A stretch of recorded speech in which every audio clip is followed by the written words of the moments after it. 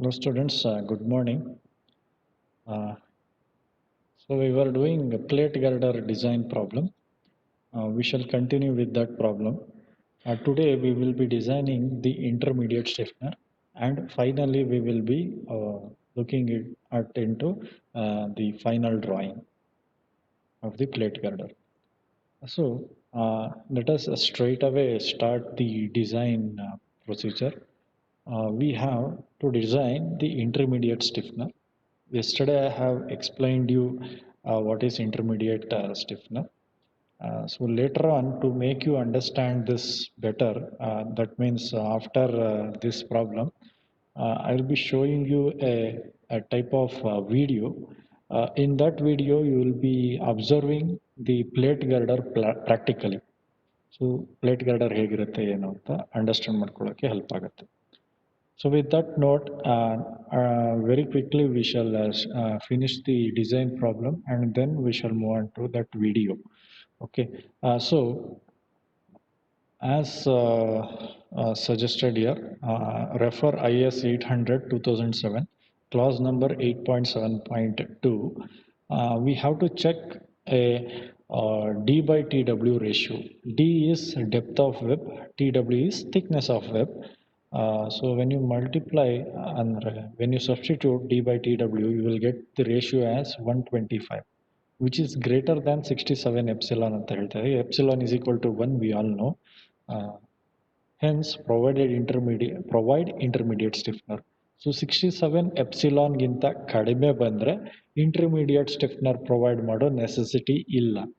Okay, in the question if they specify to design intermediate stiffener, then you have to do the intermediate stiffener design.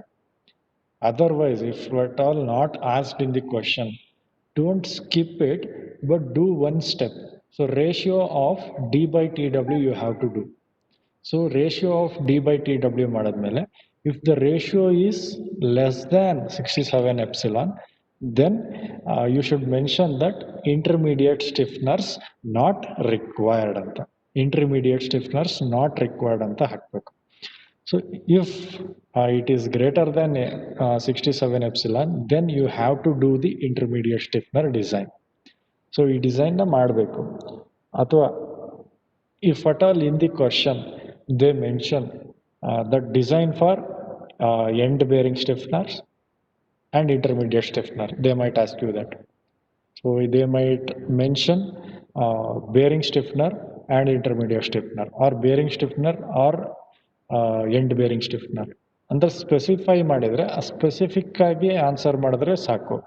But if they have not mentioned anything, then you have to check for all the stiffeners. So ಎಲ್ಲ ಸ್ಟಿಫ್ನರ್ಸ್ಗೂ provide ಮಾಡಬೇಕು. So end bearing stiffeners compulsory ಆಗುತ್ತೆ. ಅವಾಗ end bearing stiffener design compulsory ಆಗುತ್ತೆ.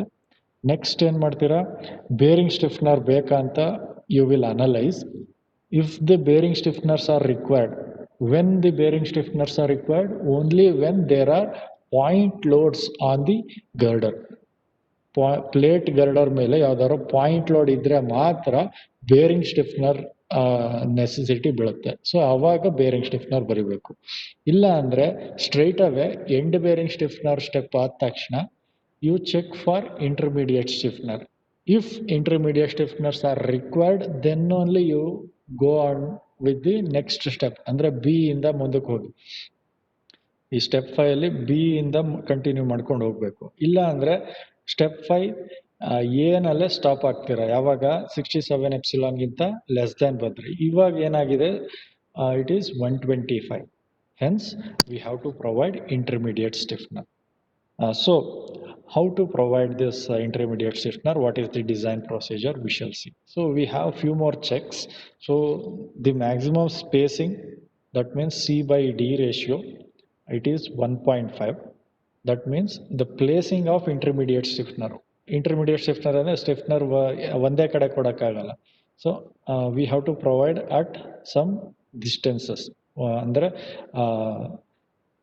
ಸ್ಲ್ಯಾಬ್ಗೆ reinforcement ಹೇಗೆ spacing ಅಂತ provide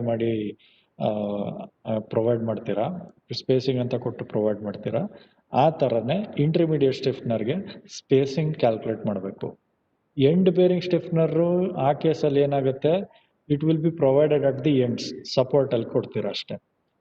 bearing stiffeners it is provided only at point loads. Point load ಎಲ್ಲಿದೆ ಅಲ್ಲಿ ಮಾತ್ರ ಬೇರಿಂಗ್ ಸ್ಟಿಫ್ನರ್ ಕೊಡ್ತೀರಾ. But in case of intermediate stiffener, you are not providing only one stiffener. You will be providing multiple stiffeners at certain intervals. So we have to calculate some spacing for this design of intermediate stiffeners. So maximum spacing what we can provide is 1.5. So from that we can assume that C is equal to 1.5 D. We know D 2250. So C is equal to 3375 mm. Say 3400 mm. 75 ಏನು 25 mm ಏನು ಅಂತ 3400 ತಗೊಂಡಿದ್ದೀವಿ. Now C by D ratio according to the intermediate stiffener, C by D ratio 1.51 ಬಂದಿದೆ. So 1.51 ಬಂದರೆ which is greater than root 2. Refer clause number 8.7.2.4. In that you will see this exact equation, same to same equation ಕಾಣುತ್ತೆ. Okay, so therefore so if the IS is greater than or equal to 0.75 dTW cube, then ಅದು ಆ ರೇಂಜಲ್ಲಿ ಇರಬೇಕು intermediate ಸ್ಟಿಫ್ನರ್ದು dimensions. Okay, so moment of inertia for the stiffener ಅಂದರೆ intermediate ಸ್ಟಿಫ್ನರ್ದು size calculate ಮಾಡ್ಕೋಬೇಕು. So ಅದ್ರ ಸೈಜ್ ಕ್ಯಾಲ್ಕುಲೇಟ್ ಮಾಡ್ಕೋಬೇಕಾದ್ರೆ ಅದ್ರ ಏರಿಯಾ ಗೊತ್ತಿರಬೇಕು.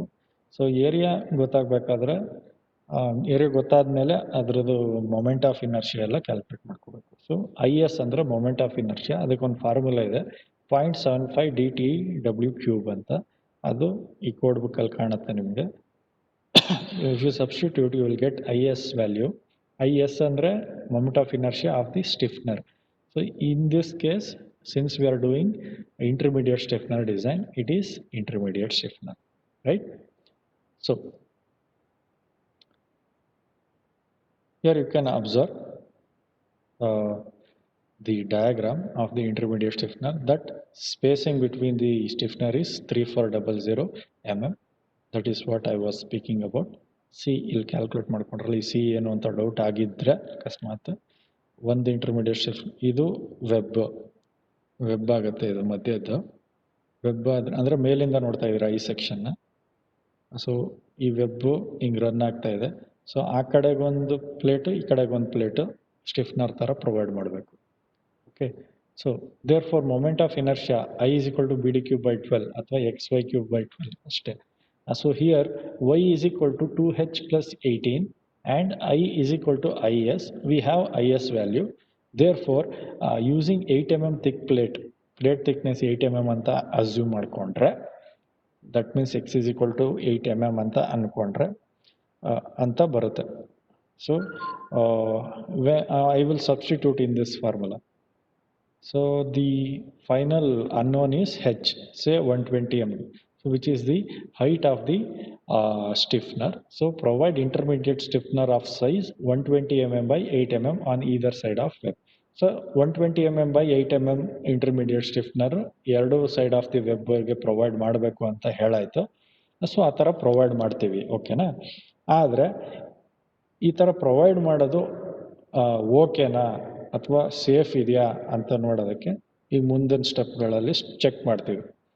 So connection of intermediate stiffener to the web. So connection ಮಾಡಿ ಅದು ಸೇಫ್ ಇದೆ ಅಂತ ಚೆಕ್ ಮಾಡಬೇಕು first. So connection of intermediate stiffener to the web. Intermediate transfer stiffener not subjected to external loading should be connected to web so as to withstand a shears between each component of the stiffener and the web.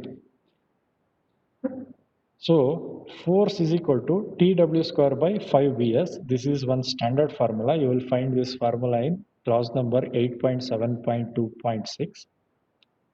You already have these notes with you. You will get the force as 0.54 kilonewton per mm or 540 Newton per mm.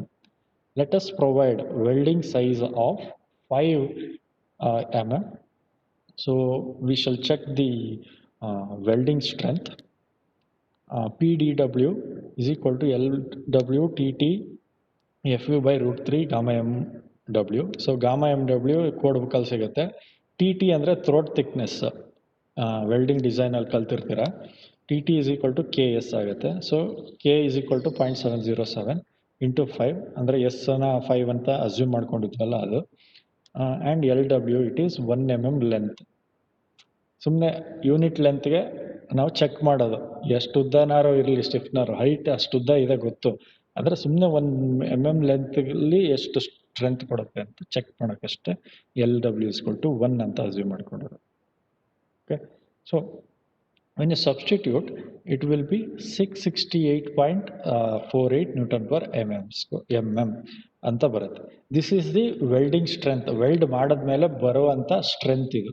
ಯಾವುದು ಇದು? Welding ಮಾಡಾದ್ಮೇಲೆ ಬಂದಂಥ strength. ಆದರೆ ನಮಗೆ ಬರ್ತಾ ಇರೋ force ಎಷ್ಟು? 540 Newton per mm. ಅಲ್ಲಿ ಆ ಜಾಯಿಂಟಲ್ಲಿ ಶಿಯರ್ ಫೋರ್ಸ್ ಎಷ್ಟು ಬರ್ತಾ ಇದೆ ಅಂತಂದರೆ 540 Newton per mm. So 540 Newton per mm carry ಮಾಡೋಕ್ಕೆ ನಾವು ವೆಲ್ಡಿಂಗ್ ಮಾಡಬೇಕು. ಆ ವೆಲ್ಡಿಂಗ್ನ ಒಂದು ಪ್ರೊವೈಡ್ ಮಾಡಿದ್ಮೇಲೆ ಆ ವೆಲ್ಡಿಂಗ್ ಸ್ಟ್ರೆಂತ್ ಏನು ಅಂತ ಕ್ಯಾಲ್ಕುಲೇಟ್ ಮಾಡಿದ್ವಿ. ಆ ವೆಲ್ಡಿಂಗ್ ಸ್ಟ್ರೆಂತ್ ಏನು ಬಂತು? 668 ಬಂತು, which is more than 540. Hence it is okay. Hence provide 5 mm fillet weld to connect to intermediate stiffener to the web. To connect the intermediate stiffener to the web plate. So web plate ಗೆ intermediate stiffener ನ connect ಮಾಡೋಕ್ಕೆ welding 5 mm fillet welding use ಮಾಡಿಕೊಂಡು ನಾವು connect ಮಾಡಬೇಕು. So this is the design of intermediate stiffener ಅಲ್ಲಿ step. So plate girder design ಮಾಡ್ತಾ ಇದ್ದೀವಿ. So we shall see the steel detailing now. I believe before going to this steel detailing, it is better that you see the real images. So I will show you a video. In that video, it is clearly explained that all the parts of plate girder, and in that video you will see the real plate girder. So ಸುಮ್ಮನೆ diagram ಬರೆದ್ಬಿಟ್ಟು ನಾನು ತೋರಿಸ್ತಾ ಇದ್ದೆ ಇಲ್ಲಿ. So ಅಲ್ಲಿ real ಆಗಿ ಹೇಗೆ ಕಾಣುತ್ತೆ ಅನ್ನೋದನ್ನ ಯು ವಿಲ್ ಅಬ್ಸರ್ವ್ ನಾವು.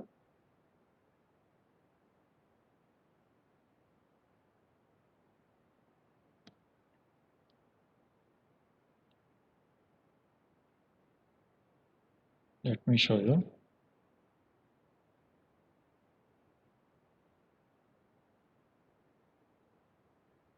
माध्यम से क्लियर करने की कोशिश कीजिए, चिपक के बैठ जाइए, क्योंकि बहुत मेहनत की है इस वीडियो में. आप पूरा देखेंगे तो मैं दावा कर सकता हूँ कि आपके सारे जो भी मैंने नाम, इस वीडियो में हम बात करने वाले हैं प्लेट गर्डर और इसके component. See, you can see the plate girder here. ಯಾವುದು ಇದು ಪ್ಲೇಟ್ ಗರ್ಡರ್? ಯಾವ್ದು ಪ್ಲೇಟ್ ಗರ್ಡರು? ಈ ಲೇನ್ ಕಾಣ್ತಾ ಇದೆ, ಇದೇ ಪ್ಲೇಟ್ ಗರ್ಡರ್ ಐ ಸೆಕ್ಷನ್. ಓಕೆನಾ? ಇಲ್ಲಿ ನೋಡಿ, ನಿಮಗೆ ಇದು ಐ ಸೆಕ್ಷನ್ನು, ಇದು ಮೇಲ್ಗಡೆ ಫ್ಲ್ಯಾಂಜು, ಇದು ಕೆಳಗಡೆ ಫ್ಲ್ಯಾಂಜು, ಇದು ವೆಬ್. ಗೊತ್ತಾಗ್ತಾ ಇದೆಯಾ? ಆಮೇಲೆ ಇನ್ನೊಂದು ಏನಂದರೆ, ಇದು ಬ್ರಿಡ್ಜ್ ಥರ ಕಾಣ್ತಾ ಇದೆಯಲ್ಲ, ಬ್ರಿಡ್ಜ್ ಇದು. ಸೊ ಐ ಸೆಕ್ಷನಲ್ಲಿ ಇಲ್ಲೊಂದು ಹಿಂಗೆ ವರ್ಟಿಕಲ್ ಆಗಿ ಒಂದು ಪ್ಲೇಟ್ ಕೊಟ್ಟಿದ್ದಾರೆ, ಅಬ್ಸರ್ವ್ ಮಾಡ್ತಿದ್ದೀರಾ? ಸೊ ಈ ಪ್ಲೇಟ್ ಏನಂತಂದರೆ ಸ್ಟಿಫ್ನರ್. ಈ ರೀತಿ ವರ್ಟಿಕಲ್ ಆಗಿ ವೆಬ್ಗೆ ಕನೆಕ್ಟ್ ಮಾಡುವಂಥ ಪ್ಲೇಟ್ನ ಸ್ಟಿಫ್ನರ್ ಅಂತ ಕರಿತೀವಿ. We will call this as a stiffener. Since it is provided at the bearing, ಅಂದರೆ ಇಲ್ಲಿ ಸಪೋರ್ಟ್ ಕಾಣುತ್ತೆ ನೋಡಿ ನಿಮಗೆ. ಈ ಸಪೋರ್ಟ್, ದಿಸ್ ಈಸ್ ದಿ ಸಪೋರ್ಟಲ್ಲಿ ನೀವು ಸ್ಟಿಫ್ನರ್ ಪ್ರೊವೈಡ್ ಮಾಡಿದ್ರೆ this stiffener is called as end bearing stiffener. This stiffener is called as end bearing stiffeners. And you can see this may be a bearing stiffener or intermediate stiffener. According to my observation, here you can see that these are intermediate stiffener. These intermediate stiffeners are provided at some interval. ಇಲ್ಲೊಂದು provide ಮಾಡಿದ್ದಾರೆ, ಇಲ್ಲೊಂದು provide ಮಾಡಿದ್ದಾರೆ, ಆಮೇಲೆ ಇಲ್ಲೊಂದು provide ಮಾಡ್ತಾ ಇದ್ದಾರೆ. So ಈ ರೀತಿ at equal intervals they are providing the intermediate stiffeners. So From this you can observe very carefully. Components की। तो सबसे पहले बात कर लेते हैं कि प्लेट गर्डर आखिर क्या होती है। बेसिकली प्लेट गर्डर कुछ नहीं है, एक आई बीम सेक्शन है। और ये कैसे बनाया जाता है, ये एक प्लेट्स जो होती हैं स्टील की मोटी मोटी प्लेट्स, इनको आई सेक्शन में वेल्ड करके बनाया जाता है। और अब प्लेट गर्डर यूज़ की जाती है बहुत ज़्यादा हैवी लोड्स को कैरी करने के लिए। प्लेट गर्डर के बारे में बस आप इतना जान लीजिए काफ़ी है। बाकी इसके कंपोनेंट्स क्या क्या हैं वो अब हम आगे बात कर लेते हैं। बेसिकली प्लेट गर्डर के 3 कंपोनेंट होते हैं। पहला है वेब, दूसरा है फ्लेंज, तीसरा है stick.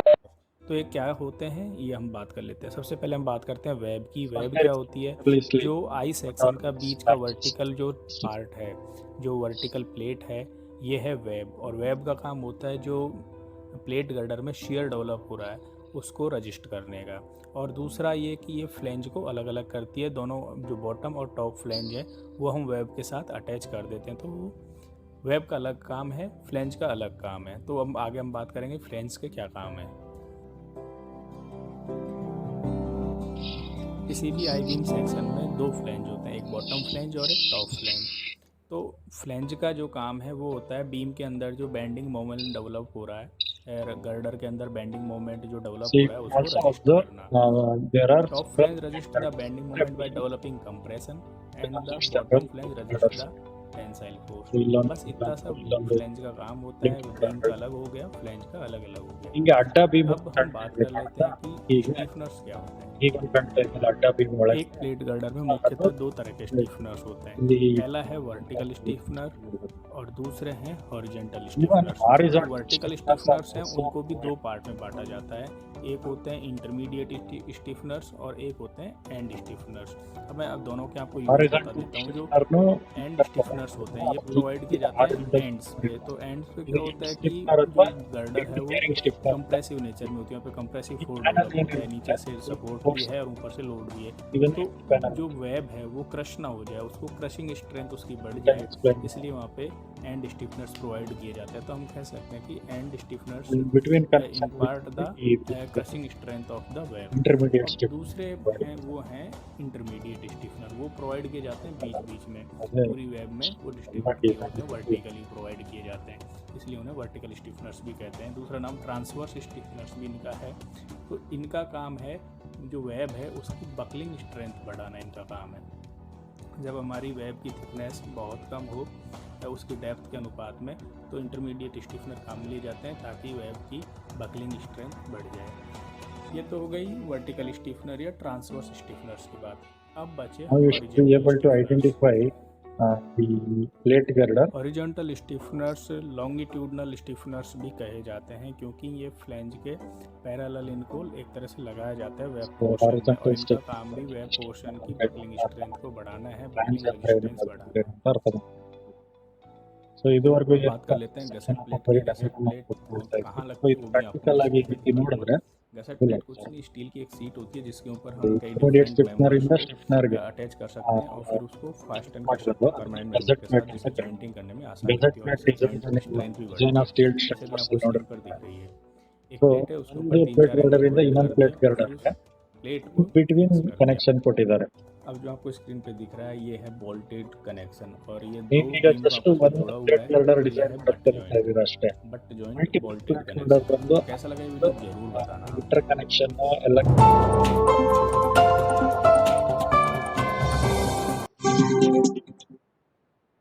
Hope it is understood very clearly. So we shall move on to the design problem. Now you will be able to judge the diagram here.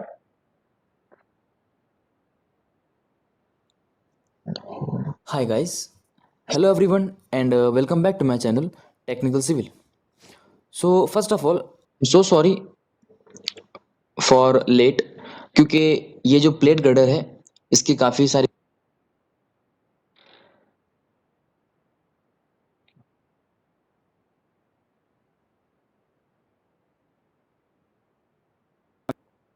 So here we have to do according to your examination point of view. What you need to do is you need to do the steel detailing. So here as you can observe this is the support. So at the support we have plate girder placed. So top 2 lines ಏನು ಕಾಣ್ತಾ ಇದೆ ಇದು top ಫ್ಲಾಂಜ್, bottom 2 line ಏನು ಕಾಣ್ತಾ ಇದೆ ಇದು bottom ಫ್ಲಾಂಜ್.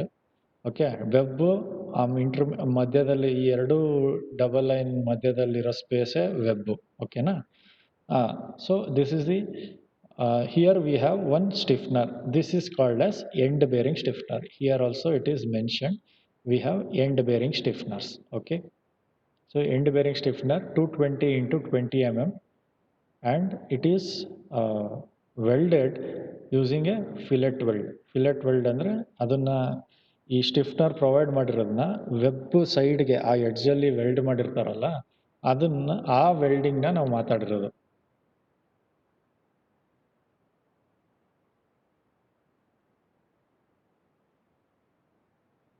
So there is something happening. Okay, it came back. So ಇದನ್ನ end ಸ್ಟಿಫ್ನರ್ ಅಂತ ಕರಿತೀವಿ. ಇಂಟರ್ಮೀಡಿಯೇಟ್ ಸ್ಟಿಫ್ನರ್ ಈಗ ತಾನೇ ಡಿಸೈನ್ ಮಾಡಿದ್ವಲ್ಲ ಅದು 120 by 8 mm, and here also 5 mm fillet.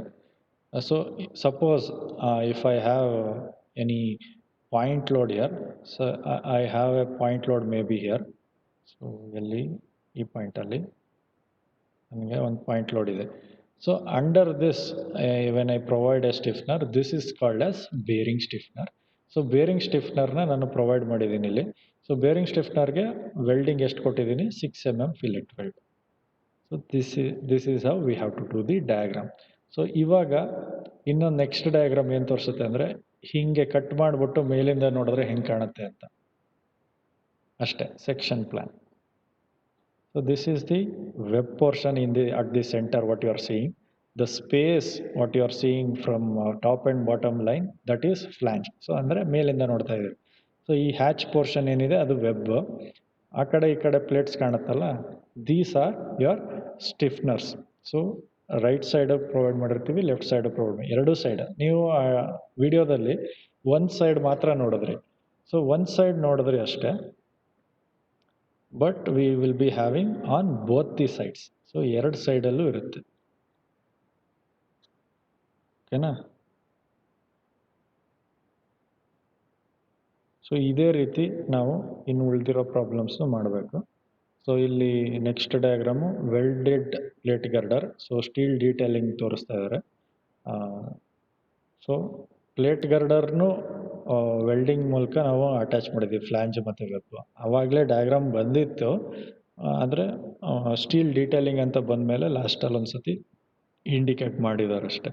ನೀವು ಆ ಜಾಗದಲ್ಲಿ ಬರಿದಾದರೂ ಪರವಾಗಿಲ್ಲ, ಲಾಸ್ಟ್ ಸ್ಟೆಪ್ಪಲ್ಲಿ ಡಯಾಗ್ರಾಮ್ ಸ್ಟೀಲ್ ಸೆಕ್ಷನ್ ಡೀಟೇಲಿಂಗ್ ಅಂತ ಕೊಟ್ಬಿಟ್ಟು ಈ ಡಯಾಗ್ರಾಮ್ಸ್ ಎಲ್ಲ ಬರೀಬೇಕು. ಸೊ ಇದೇನಾಗುತ್ತೆ, ಸೆಕ್ಷನ್ ಅಟ್ ಇಂಟರ್ಮೀಡಿಯೇಟ್ ಸ್ಟಿಫ್ನರ್ ಅಥವಾ section at end bearing stiffener ಎರಡು ಕೊಟ್ಟಿರ್ತಾರೆ. ಇನ್ನೊಂದು ಡಿಸೈನ್ ಮಾಡಿದ್ವಿ end panel design. End panel design ಮಾಡಲಿಲ್ಲ, ಎಂಡ್ ಪ್ಯಾನಲ್ನ ಚೆಕ್ ಮಾಡಿದ್ದು. ಓಕೆನಾ? ಸೊ ಫಸ್ಟ್ ಏನು ಮಾಡಿದ್ವಿ, ಕಂಪ್ಲೀಟಾಗಿ ಒಂದು ಸಮ್ಮರಿ ಥರ ಅಂಡರ್ಸ್ಟ್ಯಾಂಡ್ ಮಾಡ್ಕೊಳ್ಳೋಣ. ಫಸ್ಟ್ ಏನು ಮಾಡಿದ್ವಿ, we have calculated the dimension of the flange. So ಎರಡು ಫ್ಲ್ಯಾಂಜ್ದು ಡೈಮೆನ್ಷನ್ ಬಂತು. Next we have calculated the dimension of web dimension ಬಂತು. Next we have done the connection between flange and web. ಆಯಿತಾ? ಮೂರು ಆಯಿತು. Next end bearing end panel design, end ಪ್ಯಾನಲ್ನ check ಮಾಡಿದ್ವಿ. ಯಾವುದು? ಎಂಡ್ ಪ್ಯಾನಲ್ ಚೆಕ್ ಮಾಡಿದ್ವಿ.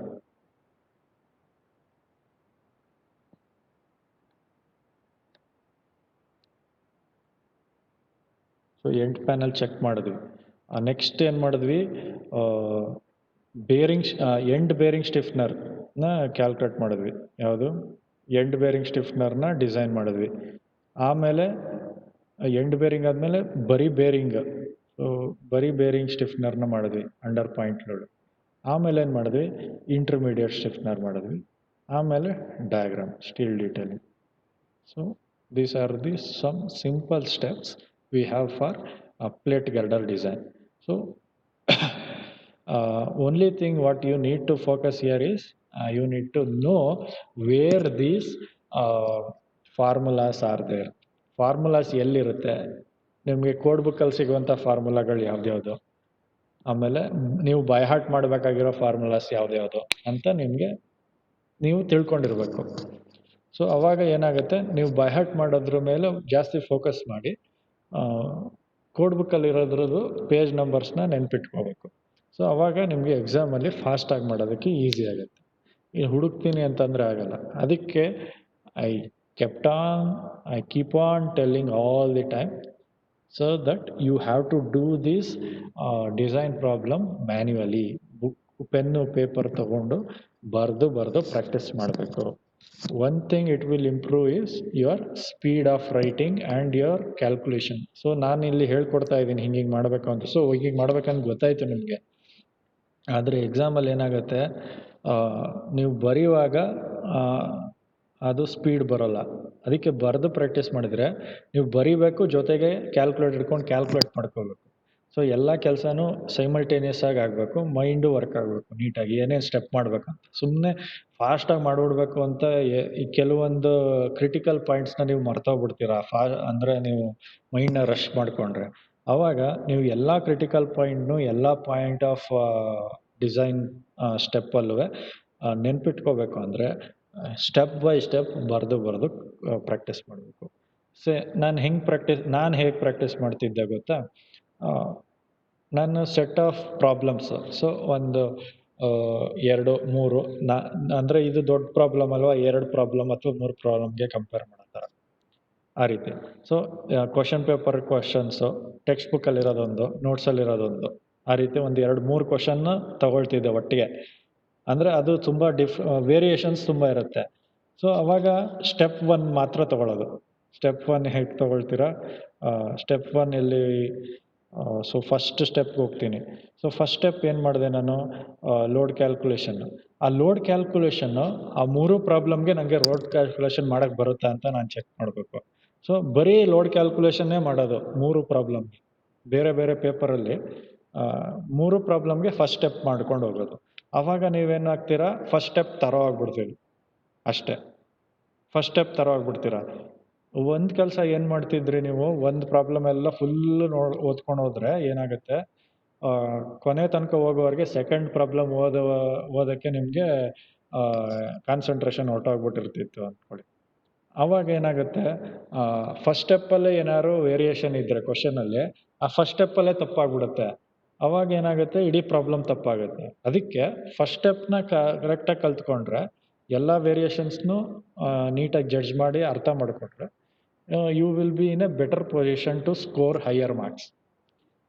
So ಅವಾಗ ನೀವು ಸ್ಟೆಪ್ ಬೈ ಸ್ಟೆಪ್ ಕಲ್ತ್ಕೊಂಡು ಹೋಗ್ತೀರಾ.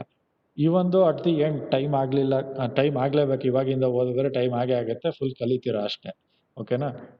ಸೊ ಸ್ಟೆಪ್ ಬೈ ಸ್ಟೆಪ್ ಕಲ್ತ್ಕೊಂಡು ಹೋದಾಗ ನಿಮಗೆ ಕ್ಲಿಯರ್ ಆಗ್ತಾ ಹೋಗುತ್ತೆ, ನಾ ಏನೇನು ಮಾಡ್ತಾ ಇದ್ದೀನಿ. ಸೊ ಈ ಪ್ರಾಬ್ಲಮಲ್ಲಿ ಹಿಂಗೆ ಮಾಡಿದೆ, ಆ ಪ್ರಾಬ್ಲಮ್ ಹಂಗೆ ಮಾಡಿದೆ, ಆ ಪ್ರಾಬ್ಲಮಲ್ಲಿ ಹಂಗೆ ಮಾಡಬೇಕು, ಸೊ ಹಿಂಗೆ ಬಂದರೆ ಹಿಂಗೆ ಮಾಡಬೇಕು. ಆ ಮೈಂಡಲ್ಲಿ ನಿಮಗೆ ಕ್ಲಾರಿಟಿ ಕೂತ್ಕೊಳ್ತಾ ಹೋಗುತ್ತೆ ಸ್ಟೆಪ್ ಬೈ ಸ್ಟೆಪ್ ನೀಟಾಗಿ. ಅವಾಗ ಎಕ್ಸಾಮ್ ಬಂದಾಗ, ಸೊ ಇದು ಯಾವ ಟೈಪ್ ಪ್ರಾಬ್ಲಮ್ ಅಪ್ಪ ಇದು, ಸೊ ನಾನು ಯಾವ್ಯಾವ ಸ್ಟೆಪ್ಪಲ್ಲಿ ಏನೇನೆಲ್ಲ ವೇರಿಯೇಷನ್ಸ್ನ ಅಡಾಪ್ಟ್ ಮಾಡ್ಕೋಬೇಕು ಅಂತ ಪ್ರಾಬ್ಲಮ್ ಮಾಡೋಕ್ಕೆ ಮುಂಚೆನೇ ನಿಮ್ಮ ಮೈಂಡಿಗೆ ಬಂದ್ಬಿಡುತ್ತೆ. ಆವಾಗ ಸ್ಪೀಡಾಗಿ ಮಾಡ್ಬೋದು. ಈ ಸ್ಪೀಡ್ ಯಾವಾಗ ಬರುತ್ತೆ, ಬರೆದು ಮಾಡಬೇಕು. So give time. So this subject needs ample amount of time to learn. So ಇದನ್ನು ಕಲಿಬೇಕಾದ್ರೆ ತುಂಬ ಟೈಮ್ ಬೇಕು.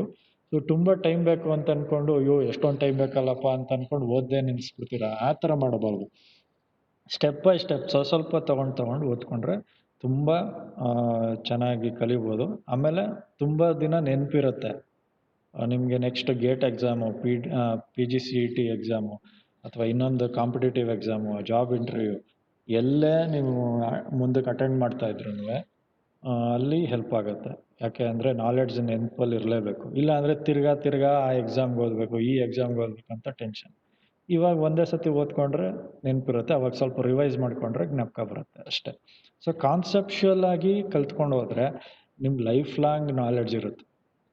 So this is what I was trying to explain. So this is the design of plate girder.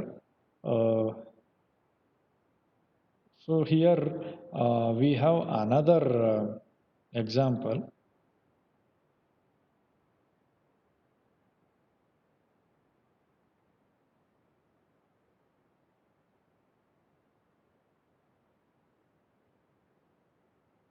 Hope it is visible. So design a welded plate girder of span 16 meter carrying superimposed load of 40 kilonewton per meter. Superimposed load ಅಂತ ಕೊಟ್ಟ ತಕ್ಷಣ ಏನು ಮಾಡಬೇಕು, bearing ಸ್ಟಿಫ್ನ design ಮಾಡಬೇಕು ಅಂತ ಗೊತ್ತಾಯ್ತು. And two concentrated load of 350 kilonewton, ಅಂದರೆ concentrated load, point load ಬಂದಿದೆ. ಸೊ ಪಾಯಿಂಟ್ ಲೋಡ್ ಬಂದ ತಕ್ಷಣ ಅದರ ಕೆಳಗಡೆ ನಾನು ಏನು ಮಾಡಬೇಕು, ಬೇರಿಂಗ್ ಸ್ಟಿಫ್ನರ್ ಡಿಸೈನ್ ಮಾಡಬೇಕು. ಅದೊಂದು ಪಾಯಿಂಟ್ ನೆನ್ಪಿಟ್ಕೊಳ್ಬೇಕು.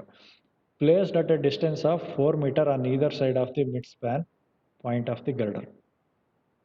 Okay. ವೆಲ್ಡೆಡ್ ಪ್ಲೇಟ್ ಗರ್ಡರ್ನೇ ಮಲ್ಟಿಪಲ್ ಸ್ಪೇಸಿಂಗಲ್ಲಿ, ಅಂದರೆ ಯಾವುದು ಪಾಯಿಂಟ್ಸ್ನ ಎಷ್ಟು ಸ್ಪೇಸಿಂಗಲ್ಲಿ ಇರುತ್ತೆ ಅಂದರೆ, ಎರಡು ಪಾಯಿಂಟ್ ಲೋಡ್ ಮಧ್ಯೆ ಇರೋ ಸ್ಪೇಸಿಂಗ್ನ 4 metre by 4 metre on either side of the centre of the span ಅಂತ. ಸೊ ಸೆಂಟರಿಂದ ಈ ಕಡೆ 4 ಮೀಟರ್ಗೊಂದು, ಸೆಂಟರಿಂದ ಈ ಕಡೆ 4 ಮೀಟರ್ಗೊಂದು ಪಾಯಿಂಟ್ ಲೋಡ್ ಇದೆ ಅಂತ ಹೇಳ್ತಾ ಇದ್ದಾರೆ. ಈ ಡಯಾಗ್ರಾಮ್ ಕೊಟ್ಟಿಲ್ಲ ಹಂಗಾದ್ರೆ ಕ್ವಶನಲ್ಲಿ, ಬರೀ ಈ ಹೈಲೈಟೆಡ್ ಏನು ಕ್ವಶನ್ ಇದೆ ಅಲ್ಲೇ ಅಷ್ಟೇ. ಸೊಲ್ಯೂಷನ್ ಪಾರ್ಟ್ ಎಲ್ಲ ಈ ಕೆಳಗಡೆ ಬರೋದೆಲ್ಲ ಡಯಾಗ್ರಾಮು ಕ್ವಶನಲ್ಲಿ ಇರಲ್ಲ. ಸೊ ಈ ಬರೀ ಈ ಟೆಕ್ಸ್ಟ್ ಮಾತ್ರ ಇರುತ್ತೆ ನಿಮಗೆ ಎಕ್ಸಾಮಲ್ಲಿ. Okay. Assume the girder as laterally supported throughout and yield strength 250 MPa. Provide two curtailments. Adopt simple post critical method. Here in the question they have asked you to adopt simple post critical method. So if you do the simple post critical method, it will be enough. Okay na. So ಇಲ್ಲಿ ಏನು changes ಅಂತಂದರೆ, assume the girder as laterally supported throughout. So laterally supported ಆಗಿದೆ ಅಂದರೆ horizontal ಡೈರೆಕ್ಷನಲ್ಲಿ support ಇದೆ ಅಂತ ಹೇಳ್ತಾ ಇದ್ದಾರೆ. ಇದೇನಿದು ಸಪೋರ್ಟು, ಹೇಗೆ ಇದನ್ನು ಕನ್ಸಿಡರ್ ಮಾಡ್ಕೊಂಡು ಏನು ವೇರಿಯೇಷನ್ ಮಾಡಬೇಕು ಅದನ್ನು ನೋಡ್ತೀವಿ ಈ problem. And provide to curtailments. ಈ ಕರ್ಟೈಲ್ಮೆಂಟ್ಸ್ನ ರೀಇನ್ಫೋರ್ಸ್ಮೆಂಟಲ್ಲಿ ನೋಡಿದ್ವಿ, ಅಂದರೆ RCCಯಲ್ಲಿ ನೋಡಿದ್ವಿ, ಮಧ್ಯ ಬಾರ್ನ ಸ್ವಲ್ಪ ಡಿಸ್ಟೆನ್ಸಲ್ಲಿ ಕಟ್ ಮಾಡಿಬಿಡೋದು ಅಂತ. ಆದರೆ ಇಲ್ಲೇನೋ ಕರ್ಟೈಲ್ಮೆಂಟ್ ಕೊಡ್ತಾ ಇದ್ದಾರಲ್ಲ, ಯಾವ್ದು ರೀತಿ ಇದು ಕರ್ಟೈಲ್ಮೆಂಟ್ ಯಾವ ಥರ ಮಾತಾಡ್ತಿದ್ದಾರೆ ಅಂತ ನಾವು ಈ ಪ್ರಾಬ್ಲಮಲ್ಲಿ ನೋಡ್ಕೋಬೋದು. ಸೊ ಸೇಮ್ ಸ್ಟೆಪ್ ಮಾಡ್ತೀವಿ, ಇದನ್ನು ಡೀಟೇಲಾಗಿ ಎಕ್ಸ್ಪ್ಲೇನ್ ಮಾಡ್ತೀನಿ. ಫಸ್ಟ್ ವೇರಿಯೇಷನ್ ಏನು ಅಂತ ನೋಡ್ಕೊಂಡು ಬರೋಣ. ಓಕೆನಾ. ವೇರಿಯೇಷನ್ ಏನು ಅಂತ ನೋಡ್ಕೊಂಡ್ಬಂದರೆ ನೀವೇ ಆಟೋಮೆಟಿಕ್ ಆಗಿ ಸಾಲ್ವ್ ಮಾಡ್ಬೋದು. Okay. So calculation of shear force and bending, same step. So cross section of the girder. So cross section of the girder ಅಂತಂದರೆ ವೆಬ್ ಡೈಮೆನ್ಷನ್ನು ಫ್ಲಾಂಜ್ ಡೈಮೆನ್ಷನ್ ಕ್ಯಾಲ್ಕುಲೇಟ್ ಮಾಡ್ಕೋಬೇಕು. ಸೊ ವೆಬ್ ಡೈಮೆನ್ಷನ್ ಕ್ಯಾಲ್ಕುಲೇಷನ್ನು flange dimension ಕ್ಯಾಲ್ಕುಲೇಷನ್ನು same steps ಆಯಿತಾ. Next section ಕ್ಲಾಸಿಫಿಕೇಷನ್ನು check ಮಾಡ್ಕೊಂಡ್ವಿ, same step. Moment capacity check ಮಾಡಿದ್ವಿ, same step. Next shear resistance capacity, shear capacity check ಮಾಡಿದ್ವಿ, ಅದು ಸೇಮ್ ಸ್ಟೆಪ್ಪು. ಏನು ಡಿಫ್ರೆನ್ಸ್ ಬರ್ತಾ ಇದೆ. Connection of web to flange same. So design of end panel, ಇದನ್ನು ಮಾಡಿದ್ವಿ ಪ್ರೀವಿಯಸ್ ಪ್ರಾಬ್ಲಮಲ್ಲಿ, ಅದನ್ನ ಇಲ್ಲೂ ಮಾಡ್ತಾಯಿದ್ವಿ. ಸೊ ಎಂಡ್ ಪ್ಯಾನಲ್ದು ಮೊಮೆಂಟ್ ಕೆಪಾಸಿಟಿ ಚೆಕ್ ಮಾಡ್ತಾಯಿದ್ವಿ. ಆಮೇಲೆ end bearing stiffener design, end bearing stiffener design ಮಾಡಿ ಅದನ್ನು ಬಕ್ಲಿಂಗ್ ಸ್ಟ್ರೆಂತ್ಗೆ ಚೆಕ್ ಮಾಡ್ತಾಯಿದ್ವಿ, ಲೋಡ್ ಕ್ಯಾರಿಂಗ್ ಕೆಪಾಸಿಟಿಗೆ ಚೆಕ್ ಮಾಡ್ತಾಯಿದ್ವಿ, ಅದನ್ನು ಕನೆಕ್ಷನ್ ಮಾಡ್ತಾಯಿದ್ವಿ ಸೇಮು.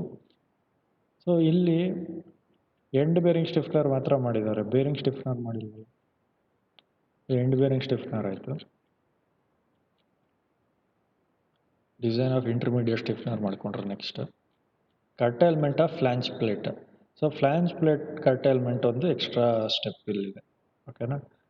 ಸೊ ಈ ಫ್ಲಾಂಜ್ ಪ್ಲೇಟ್ ಕರ್ಟೈಲ್ಮೆಂಟು ಒಂದು extra steps.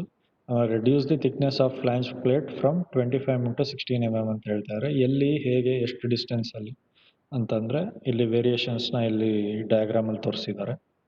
So this is the difference. So ಇದು ಸ್ವಲ್ಪ ಸ್ಟ್ಯಾಂಡರ್ಡ್ ಆಗಿ ಸ್ವಲ್ಪ ಹೈಯರ್ ಲೆವೆಲ್ ಪ್ರಾಬ್ಲಮ್ ಆಗುತ್ತೆ. ಈ ಥರ ಪ್ರಾಬ್ಲಮ್ ಕೊಟ್ಟರು ನಾವು ಇದನ್ನೇ ಕಲ್ತ್ಕೊಂಡ್ಮೇಲೆ ಫಸ್ಟ್ ಪ್ರಾಬ್ಲಮ್ ಇನ್ನೂ ಈಸಿ ಆಗುತ್ತೆ. ಅದೊಂದು ನೋಡ್ಕೊಳ್ಬೇಕಷ್ಟೆ. ಸೊ ಅದಷ್ಟೇ ವೇರಿಯೇಷನ್ ಇದರಲ್ಲಿ. ಸೊ ವೇರಿಯೇಷನ್ ಸ್ಟೆಪ್ಸ್ನ ಹೇಗೆ ಮಾಡಬೇಕು, ಏನು ಚೇಂಜಸ್ ಇರುತ್ತೆ ನೀಟಾಗಿ ಅಬ್ಸರ್ವ್ ಮಾಡ್ಕೊಳ್ಳೋಣ. So from next class onwards don't miss the classes. Be regular and you will learn very quickly. Okay. So that's all for today. Any questions?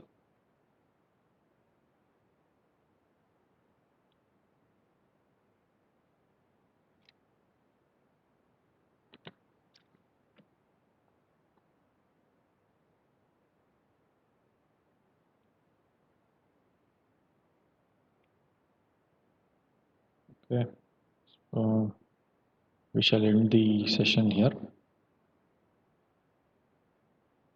Thank you.